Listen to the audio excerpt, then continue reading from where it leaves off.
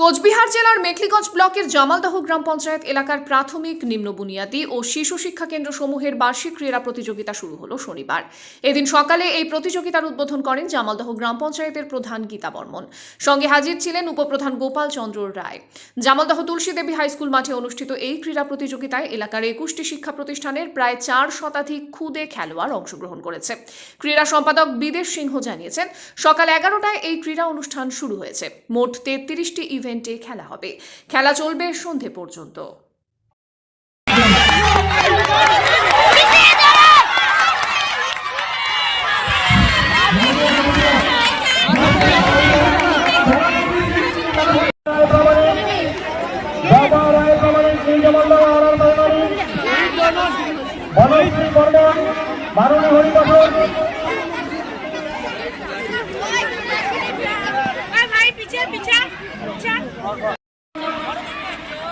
শুভঙ্কর রায়বীর, ঋষিকেশ অধিকারী। জাতির সম্মানার্থে এই প্রতিযোগিতায় অংশগ্রহণ করিব।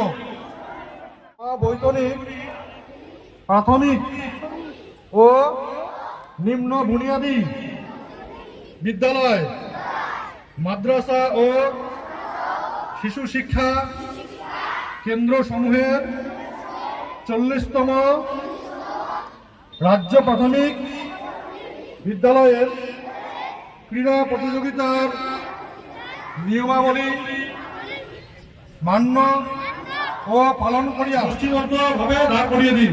এক হাত সামনে রেখে মুষ্টিবদ্ধভাবে দাঁড় করিয়ে দিন। ডান হাত সামনে, সবার ডান হাত সামনে থাকবে, মুষ্টিবদ্ধ করো। সবার ডান হাত মুষ্টিবদ্ধ করে দাঁড়িয়ে পড়ো।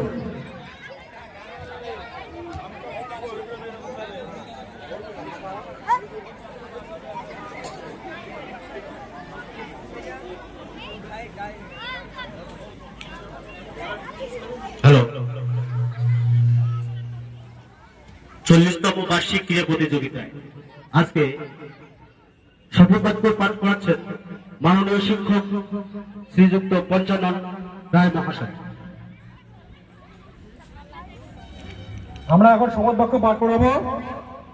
সবাই একসাথে ডান হাত সামনের দিকে রেখে বলবো,